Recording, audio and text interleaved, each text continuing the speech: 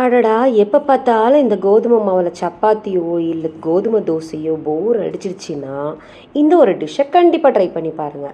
எப்போதும் சப்பாத்திக்கு எப்படி மாவு பண்ணிடுறீங்களோ அந்த மாதிரி நல்லா பிணைஞ்சு எடுத்துக்கோங்க.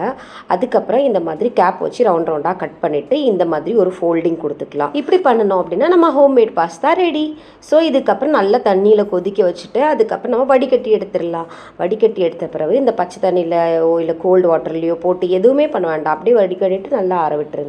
அப்புறம் ஒரு கடாயில் கொஞ்சம் பட்டர், எண்ணெய், பூண்டு, இஞ்சி இவ்வளவும் போட்டு அப்புறம் பச்சை மிளகாய், வெங்காயம் போட்டு நல்லா வதக்கிட்டு ஒரு குட்டி தக்காளியும் கூடவே தாராளமாக முட்டைகோசையும் போட்டு நல்லா வந்து ஃப்ரை பண்ணிவிட்டு அதுக்கப்புறம் நம்ம வந்து இந்த பண்ணி வச்சுருந்த ஹோம்மேட் பாஸ்தாவை ஆட் பண்ணிவிட்டு உப்பு அப்புறம் பெப்பர் பொடி எல்லாம் போட்டு நல்லா கிண்டி எடுத்தோம் அப்படின்னா சூப்பரான அருமையான ஹோம்மேட் பாஸ்தா ரெடி. ஸோ நீங்களும் ட்ரை பண்ணி பாருங்கள். சூப்பராக இருந்துச்சுங்க. நம்மளோட ஹோம்மேட் வீட் பாஸ்தா பிடிச்சிருந்தா அப்போ லைக் அண்ட் சப்ஸ்கிரைபர் தட்டி விட்டுருங்க. தேங்க்ஸ் ஃபார் வாட்சிங். டாட்டா.